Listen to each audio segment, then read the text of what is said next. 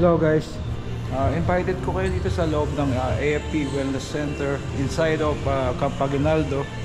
I'm very thankful na nakakapasok ako dito dahil kay Sir Mandy and Ma'am Girlie. Very thankful po ako, ma'am. I'm just simple, papakita ko lang kung ano yung nakikita kong kagandahan dito sa loob. Nakakagulat eh, may basketball court sa labas. Then the equipment was amazing. Whew, grabe tong ano to, bagong deliver to, nahiya akong gamitin. Grabe to. When you see it, it's all complete. Bagong bago. And lahat may option. Lahat pull up bar, side pull. Grabe to. And the left side is,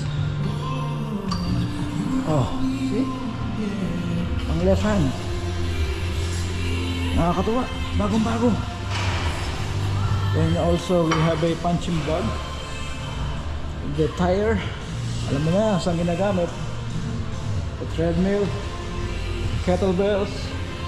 Floor matting. This one is amazing also. Grabe to. Then the bench press.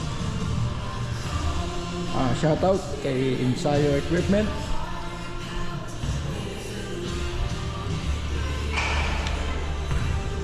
Wow, some amazing equipment here. The bikes. Uy, squat positioning and bikes. Some gym ball.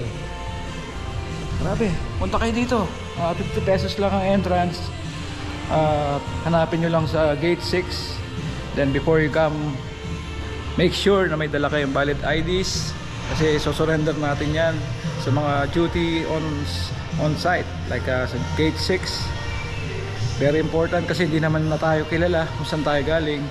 Just present the ID, then sabihin nyo sa kanila kung saan kayo tutungo, and sabihin nyo is Wellness, AFP Wellness Center. Malapit lang to sa Soldiers Mall, mga kaibigan. Maraming salamat po. Thank you. Ano din ang tagline nila rito, guys, oh?